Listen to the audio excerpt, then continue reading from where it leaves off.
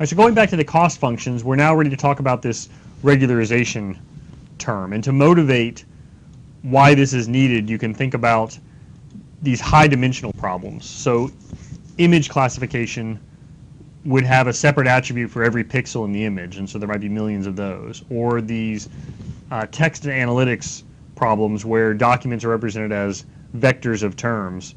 There might be 500,000 different terms that may or may not be in the document, and so each one of those gets its own weight.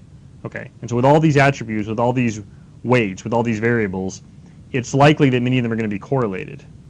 So for example, two terms tend to appear together in a document and tend not to appear together in a document. Or, as in this example, pixels in an image. If you look at a pixel on an image and you look at nearby pixels, they're likely to be the same color, right? If you pick a pixel in the green field, the nearby ones are also likely to be green. If you pick a pixel on the black cow, then the nearby pixels are also likely to be black. Okay, and so there's a problem here, because as we're training the model, one way to change the weights significantly and yet not really improve the error much is to make one of these pixels get a very, very high weight and the other nearby pixel get a very, very low weight. And so they'll cancel each other out, and the error doesn't improve much because they're so highly correlated.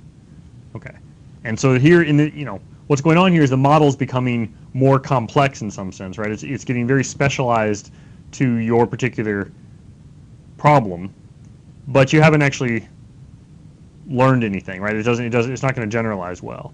And so you need to have some sort of a condition on, well, all else being equal, we prefer simple models, and maybe not even all else being equal. Even if it makes us misclassify some of the images or some of the documents, we'd really prefer simple models because we know that those tend to generalize better than something that's overfit, overspecialized to our particular data sets. And so this regularization term provides this balance. So let's take a quick digression on norms. So a norm is any function that assigns a positive number to the input, with the condition that the only one that's allowed to have a zero value on the output is zero itself on the input. Okay. And so you've seen these before, right? This is the L1 norms and L2 norms that are just the magnitude of a vector, right? Is its L2 norm. Right? You add up the square of all the values in the vector, and you take the square root of all that.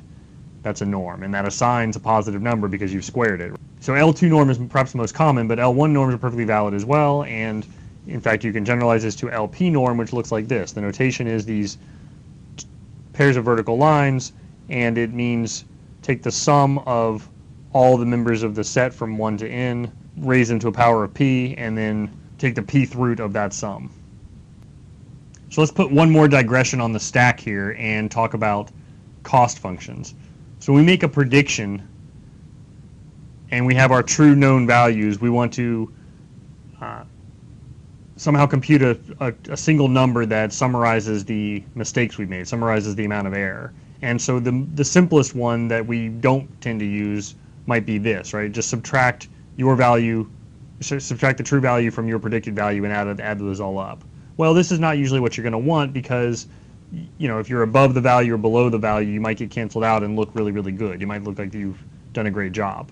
Okay, so that's not a good choice as a cost function. Another one that is reasonable as a cost function might be, well, look, let's just solve the problem and take the absolute value of this difference and add those up.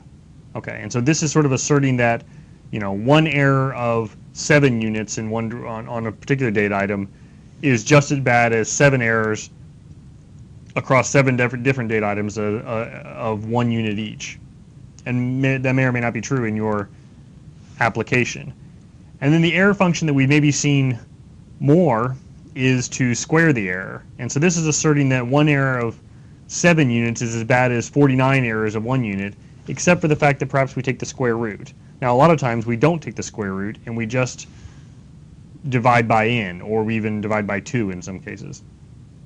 Okay, and so this is the average squared error per data point. Might be useful when comparing methods that filter the data in different ways so that you get the amount of error per data point as opposed to having the factor of how much data was in there influencing the number. But all of these might be reasonable functions, and I want to point out that these in fact are the L1 norm and the L2 norm. Okay, so they have sort of a natural interpretation of why you might want to make things positive, because maybe you're adding up the error is why you might want to mapping to strictly positive numbers. And they also point out that this one wasn't very good as an error condition, but also it's not a norm because it might produce a negative number.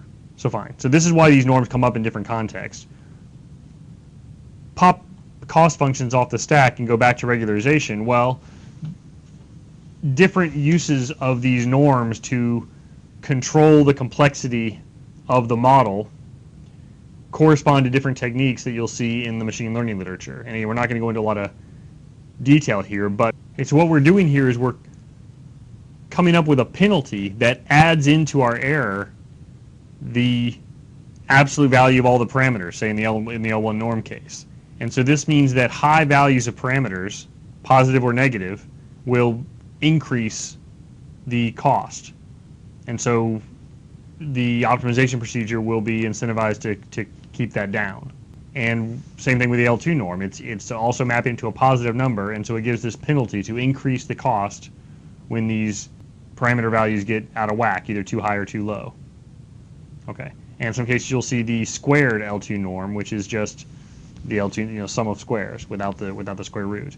And so there's an enormous amount of work on understanding the properties that these choices have on different types of problems, and we're not going to get into that here. But I want to make sure that you walk away with the intuition for why regularization was important, and which is to avoid overfitting and penalize complex models to get those complex surfaces like we saw with the support vector machine, and what some of the regularization terms are, which are these L1 and L2 norms.